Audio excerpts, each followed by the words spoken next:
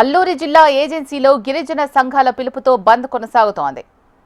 170 చట్టాన్ని సంరక్షించాలని గిరిజన సంఘాలు డిమాండ్ చేస్తున్నాయి. 48 గంటల పాటు గిరిజన సంఘాలు బంద్కు పిలుపునిచ్చాయి. రోడ్లపైకొచ్చి వాహనాల రాకపోకలు గిరిజన ఆదివాసీ జేఏసీ నాయకులు అడ్డుకున్నారు. అరకులో ఎమ్మెల్యే మత్స్యలింగం గిరిజన సంఘాలతో కలిసి బంద్లో పాల్గొన్నారు. ప్రభుత్వ పాఠశాలలు, కళాశాలలకు స్వచ్ఛందంగా సెలవు ప్రకటించారు. అరకు, పాడేరులో పర్యాటక కేంద్రాలు మూసేశారు.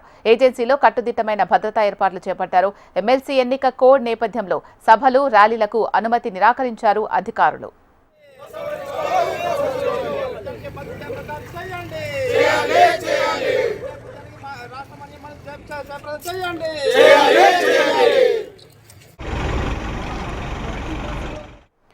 అల్లూరు జిల్లా ఏజెన్సీలో గిరిజన సంఘాల పిలుపుతో బంద్ కొనసాగుతోంది. ఈ బంద్కి సంబంధించి పూర్తి సమాచారం మా ప్రతినిధి అనురాధ అందిస్తారు. అనురాధ, చెప్పండి.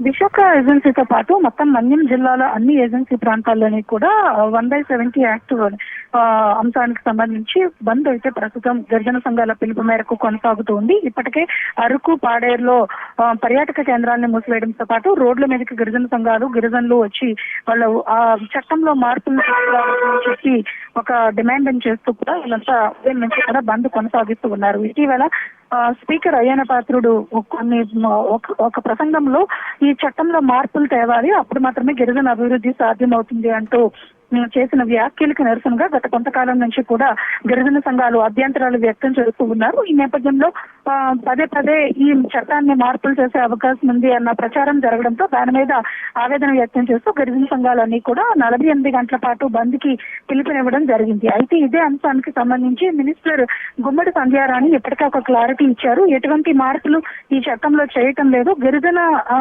హక్కుల చట్టాన్ని పరిరక్షించే విధంగా ప్రభుత్వం చర్యలు ఉంటాయి తప్పితే వాటిని ఏమాత్రం సవరించే విధంగా మాత్రం ఆ చర్యలు అయితే లేవు, ఎవరు కూడా ఆవేదన చెందాల్సిన అవసరం లేదు అంటూ ఆమె కూడా ఒక క్లారిటీ ఇవ్వడం అయితే జరిగింది. అయినప్పటికీ కూడా గిరిజన సంఘాలు ఏదైతే మొదటి నుంచి కూడా 48 గంటల పాటు బంద్కి పిలుపునిచ్చాయో ఆ విధంగా అక్కడ నిరసన కార్యక్రమాలు అయితే మాత్రం ప్రస్తుతం చేస్తూ ఉన్నారు. వాహనాల రాకపోకలను కూడా అడ్డుకుంటూ ఉన్నారు. ఈ నేపథ్యంలో ప్రభుత్వం స్వచ్ఛందంగా అక్కడ ఉన్న పాఠశాలలకి అలాగే పర్యాటక కేంద్రాలకి కూడా సెలవుని ప్రకటించడం జరిగింది. మరి 2 రోజుల పాటు బంద్ కొనసాగే అవకాశం ఉన్న నేపథ్యంలో ఎటువంటి అవాంఛనీయ ఘటనలు జరగకుండా భారీ ఎత్తున భద్రతా దళాలని కూడా అక్కడ మోహరించారు. మొత్తానికి మన్యంలో ఈ ఏదైతే 1/70 యాక్ట్ కు సంబంధించిన ప్రస్తుతం నిరసనలు కొనసాగుతున్నాయో వీటిలన్నిటి మీద కూడా అక్కడ ఉన్న అధికారులు అయితే మాత్రం హై అలర్ట్ ని ప్రకటించి ప్రస్తుతం అక్కడ ఉన్న పోలీస్ బలగాలతో పరిస్థితిని సమీక్షిస్తూ ఉన్నారు.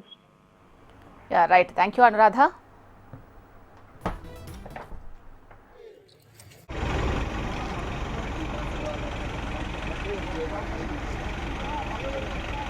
डालेंगे।